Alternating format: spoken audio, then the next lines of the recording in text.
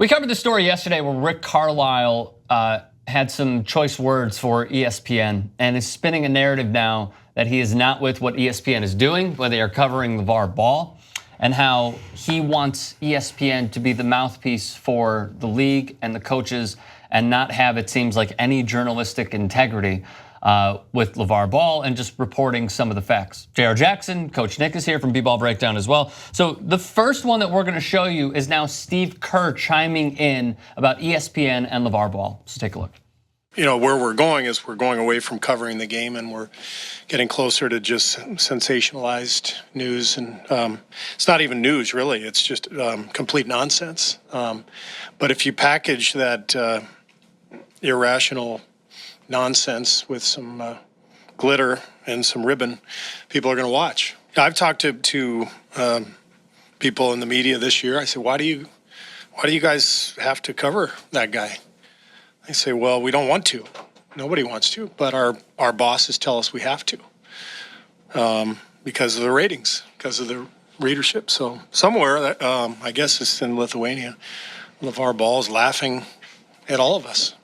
People are eating out of his hands for no apparent reason, other than, you know, he's become like the Kardashian of the NBA or something, and that sells. And that's what is true in politics and entertainment and now in sports. It doesn't matter if there's any substance involved with an issue. There's nothing interesting about that story. Do you know how many parents of my players have probably been at home going, why isn't he playing my kid? And yet we're sticking a microphone in front of his face because it's apparently it gets ratings. I don't know who cares, but people care. They must care, or ESPN wouldn't be spending, whatever they're spending to send reporters to Lithuania. Quickly, I forgot to preface that the main reason Rick Carlisle and many others were pissed off is because ESPN ran a story crediting LaVar Ball with him saying that Luke Walton had lost the locker room. So then Stan Van Gundy also weighed in via Rod Beard of the Detroit Free Press saying, Stan Van Gundy on ESPN coverage of LaVar Ball, quote, that was some cheap bullshit, is what he said via Twitter. And then Stan Van Gundy went on via the Detroit Free Press. Quote, I don't have a problem with LaVar Ball, is what he said. He's a grown man. He can voice whatever opinion he wants. I got a problem with ESPN deciding that's a story. I'm not meeting with their ESPN's announcing crew before the game. I'm not doing the in-game interview. I'm not going to participate in the thing. Now, before I get into more of what Dan Le Batard said and Doug Gottlieb, Coach Nick, as you're watching this, as you're seeing it all unravel, and as a coach, what are your thoughts on how ESPN's covering it and how coaches are on this united front of going at ESPN? I mean, everyone's an adult. Everyone's allowed to do what they want to do and say what they want to say, and that's including LaVar Ball. I think that in the contract of every NBA coach, there has to be some sort of clause that says, assholes are going to criticize you and you have to accept it. I think that's right. I think that they have to acknowledge that's what's going to happen. So it's a little weird to me that they're going to now comment on this, and instead of making it a tiny little story that would last maybe 24 hours, we're now going to go 48-72 on this thing when it didn't have to be if they didn't comment and react to it. That said, Stan Van Gundy, I think, speaking of clauses in the contract, I think he has to talk to ESPN, and that's going to be a problem if he doesn't. And that makes all the ESPN people's lives harder that way. And anything that Rick Carlisle might have intimated about not wanting to talk to ESPN anymore because of this is also a big problem, because again, as a journalist or as a media member, you can't be afraid to cover a team in a fair and balanced manner and be afraid that you're going to lose access. You can't have that. Dan Le Batard also was kind of pissed off that Stan Van Gundy was talking out of both sides of his mouth, and here's why. Take a look.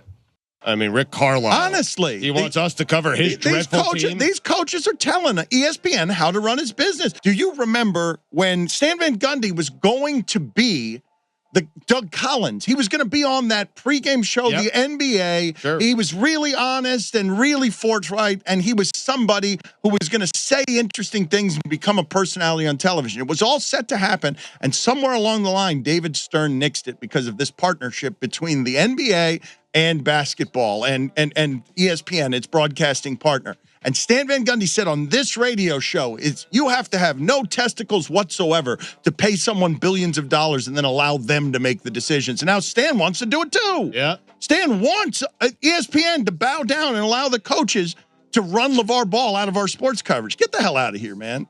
I have a big problem, and I didn't know this until while I was watching the show.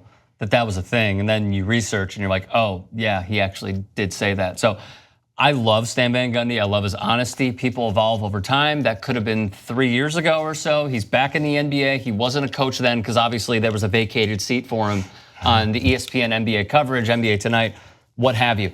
But the problem I have is they're treating LaVar Ball as an uncredible source. Now, you can discern for yourself on, and I don't think that he is perfect. I don't think anybody's perfect. But depending on which angle of the LaVar Ball coverage that you want to focus in on, I think this has legitimacy because it doesn't have to do with him being better than Michael Jordan. It doesn't have to do with him beating Michael Jordan with whatever it is, an arm tied behind his back or whatever the fuck. Like, that doesn't matter.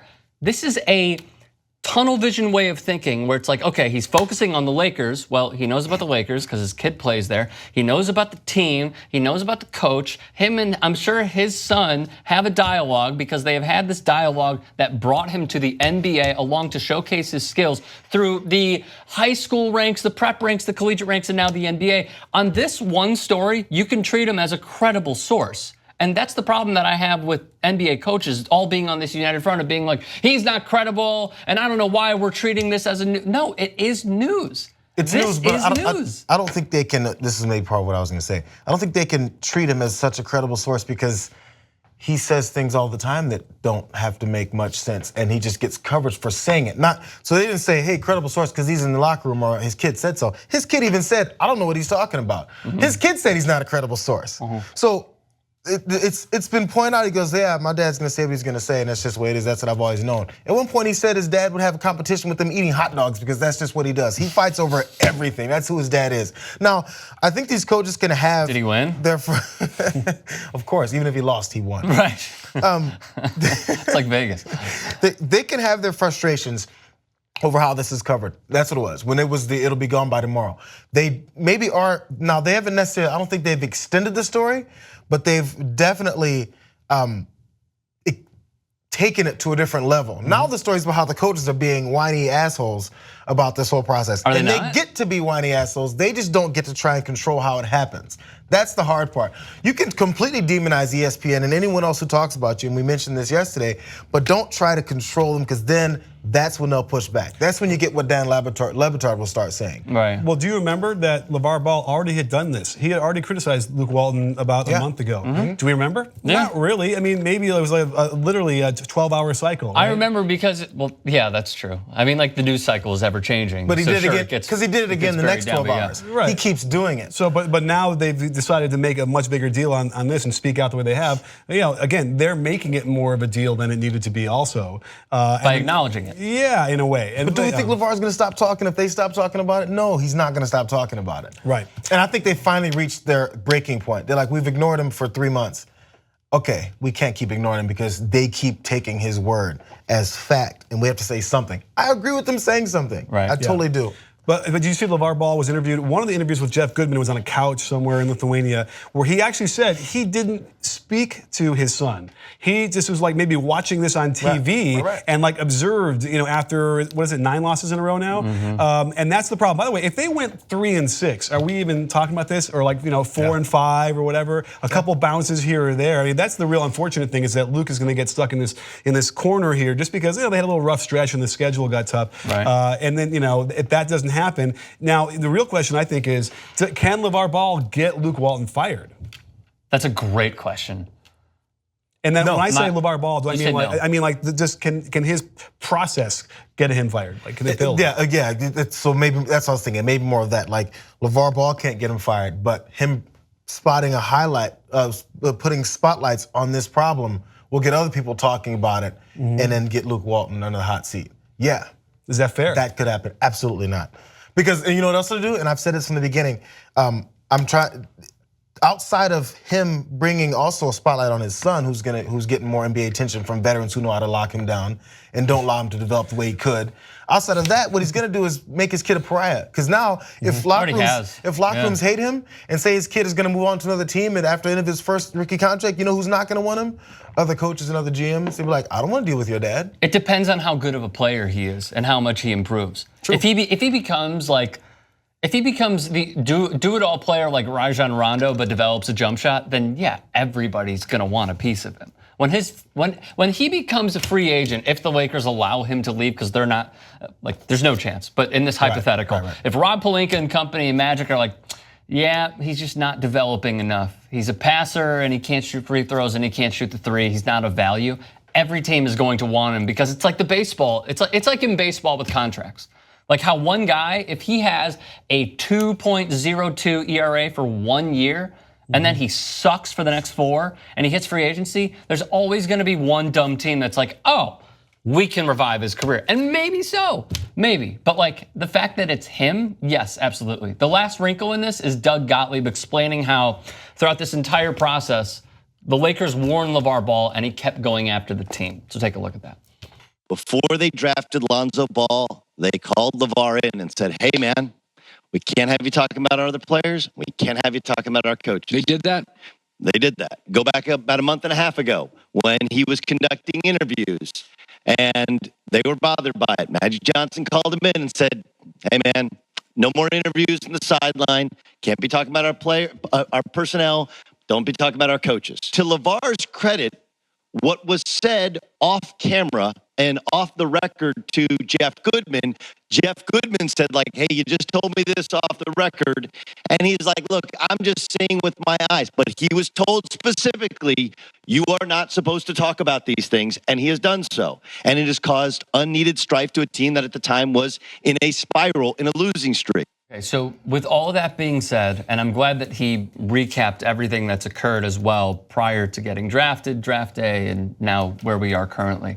From an organizational standpoint, they tried to handle it. The problem is, at this point, what can you possibly do because this is what you signed up for, correct? Yeah, and it's funny because I thought before the year started that it wasn't going to be a big deal because it's the NBA. These are adults. But somebody brought up the point that in this particular locker room with a lot of young players on contract years like Randall and Clarkson and these guys, that actually could have an effect on the team. And so that actually gave me some pause, which I didn't have before the season started.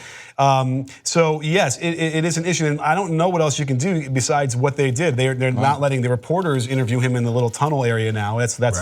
Apparently that was always a rule, but they're trying to enforce it now.